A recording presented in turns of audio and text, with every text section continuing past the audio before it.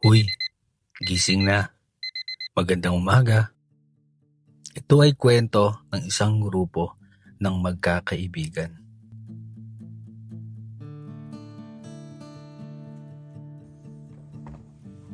Sa katahimikan ng umaga, unti-unti silang nagtitipon.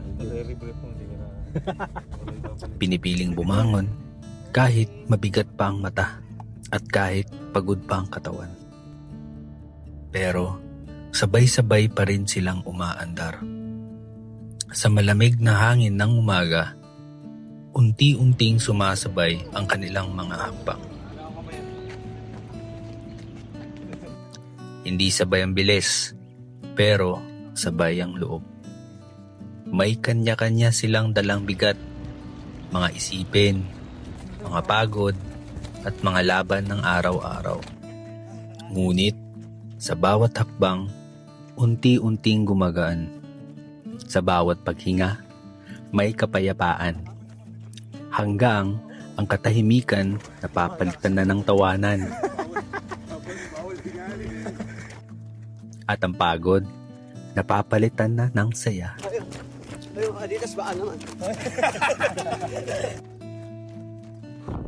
Walang nauuna, walang nahuhuli. Dahil ang mahalaga, sabay-sabay silang nagpapatuloy.